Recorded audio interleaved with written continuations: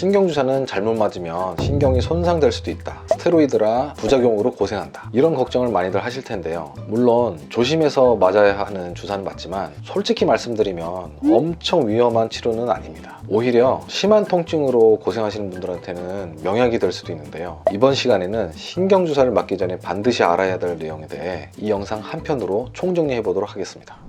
안녕하세요. 통증 잡는 안선생 안광진 원장입니다.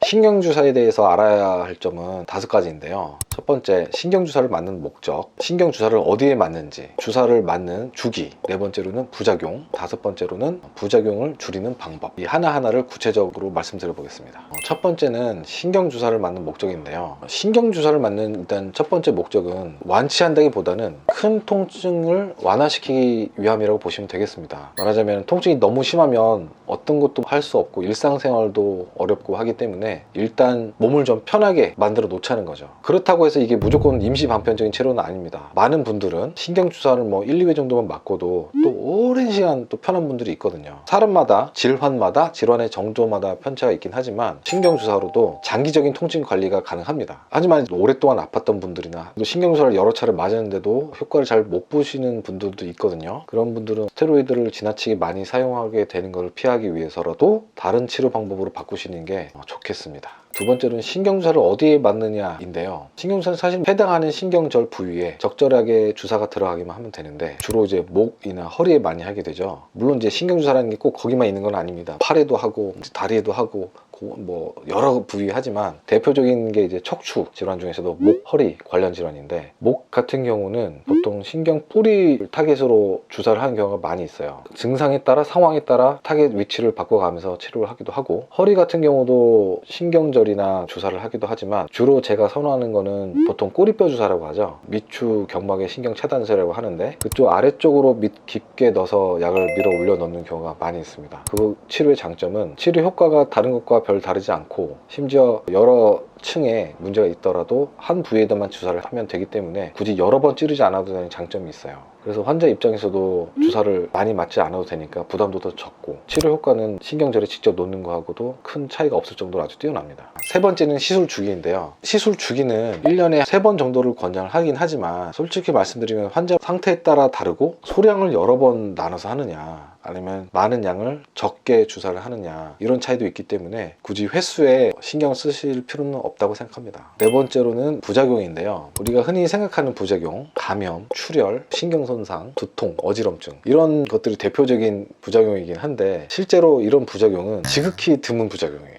실제로 환자분들이 주사를 맞고 흔하게 말씀하시는 부작용은 첫 번째로 이제 약물에 의한 부작용, 주사 맞은 당일날 잠을 잘 못 주무시는 경우가 있어요. 그 스테로이드 때문에. 두 번째로는 가끔씩 얼굴이 붉게 달아오르는 경우가 있습니다. 이 두 가지가 가장 흔해요. 이게 이제 약물에 의한 부작용이고 주사를 잘못 찔렀을 때 생긴 부작용도 있을 수 있겠죠. 하지만 그런 부작용 최소화하기 위해서 반드시 장비를 보고 주사를 넣기 때문에 발생 가능성이 매우 현저히 적습니다. 그래서 그 부분까지는 걱정을 안 하셔도 되겠습니다. 그리고 마지막으로 특히 여성의 경우에는 이것도 드물지만 생리불순이 오는 경우가 있긴 있어요. 그래서 이 점도 꼭 기억은 하고 계셔야 됩니다. 우리가 흔히 생각하는 감염, 출혈 같은 부작용은 정말 한 10,000명에 한 번꼴로 일어나는 부작용.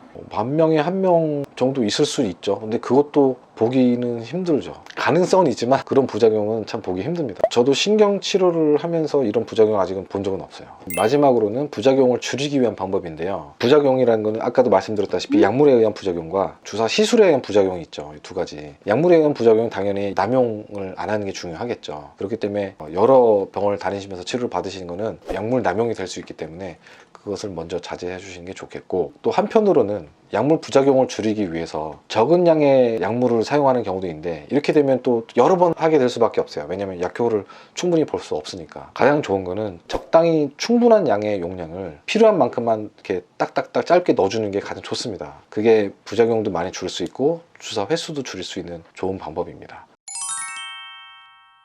이번 시간에는 신경주사 치료에 대해서 간단하게 좀 말씀을 드려봤는데요. 도입부에 말씀드렸다시피 신경치료를 할 때는 스테로이드를 반드시 쓰고 치료를 해야 되는데, 많은 분들이 진료실에서 물어보신 것 중에 하나가 스테로이드를 안 하고 치료를 받고 싶다 하는 분들이 의외로 엄청 많습니다. 스테로이드를 많이 쓰면 뭐 뼈가 녹는다 뭐 이런 말씀들을 많이 하시고, 많이 쓰면 뭐 안 좋다 이런 말씀을 하시는데 맞는 말씀이세요. 많이 쓰면 안 좋습니다. 여기서 핵심은 많이 쓰면 안 좋습니다인데, 필요할 때는 꼭 써야 되는 약물이고, 아직까지도 많이 쓸 수밖에 없는 이유는 많은 질병에서 스테로이드는 꼭 필수적이고, 심지어 스테로이드가 없다면 급성기 질환 때 돌아가시는 분들이 어마어마하게 많이 늘어날 거예요. 그만큼 중요한 약물이기도 한데, 다만 남용이 되면 문제가 되는 거죠. 예전에는 스테로이드에 빠르게 염증이 가라앉고 몸이 좋아지는 느낌이 있기 때문에 이걸 아무 데서나 쉽게 약에도 쓰고 주사로도 했지만, 요즘엔 그렇게는 하지 않습니다. 그래서 스테로이드가 무조건 안 좋다라는 생각을 갖고 계시기보다, 필요할 때 적정 용량을 충분히 써준다면 정말 많은 질환에 충분히 도움이 될 수 있는 중요한 약물입니다. 그렇게 알고 계시면 좋을 것 같아요. 스테로이드에 대해서 너무 막연한 거부감과 그런 걱정 가지실 필요는 없을 것 같습니다. 이번 영상이 도움이 되셨다면 좋겠고, 지금까지 통증 받는 안 선생 안광주 원장이었습니다.